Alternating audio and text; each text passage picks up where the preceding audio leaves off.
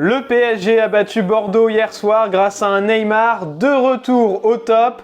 Xavi a lui énormément de boulot pour redresser le Barça et Karim Benzema qui continue d'enchaîner les buts avec le Real Madrid. On en parle tout de suite dans le journal de Made in Foot.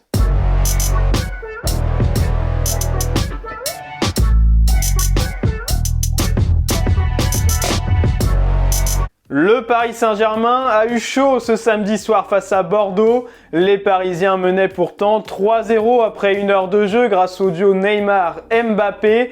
Mais les Girondins se sont réveillés en fin de match avec des buts d'Albert Ellis et Mbaye Niang. Trop tard pour des Bordelais qui se sont finalement inclinés 3-2 et qui ne décollent toujours pas au classement.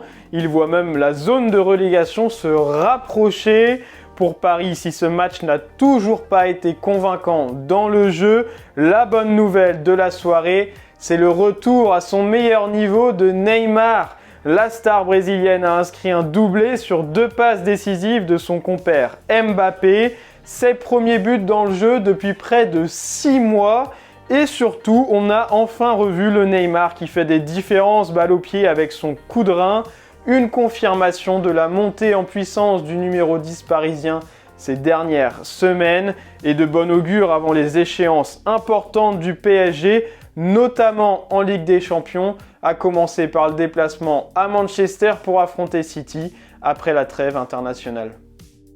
À peine arrivé au Barça, Xavi a pu se rendre compte de l'ampleur de la tâche qui l'attend. Opposé au Celta Vigo ce samedi, le club blaugrana a tout simplement subi une remontada.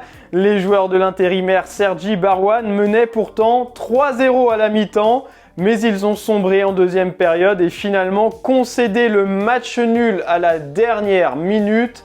Après 12 matchs, le FC Barcelone est 9e à 10 points du leader, le rival madrilène. Comme le souligne Mundo Deportivo, Xavi a du travail, beaucoup de travail même pour Sport. Le premier match de Xavi à la tête du club catalan est attendu le 20 novembre prochain lors du derby face à l'Espagnol. Reste à connaître quelle sera sa première composition d'équipe alors que l'infirmerie barcelonaise est pleine à craquer. Ousmane Dembélé, Pedri, Gérard Piqué ou encore Sergio Agüero sont déjà forfaits pour plusieurs semaines et 3 joueurs supplémentaires les ont rejoints hier.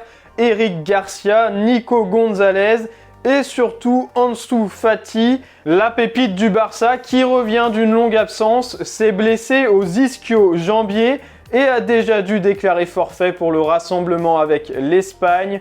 La durée de son indisponibilité sera connue dans les prochains jours.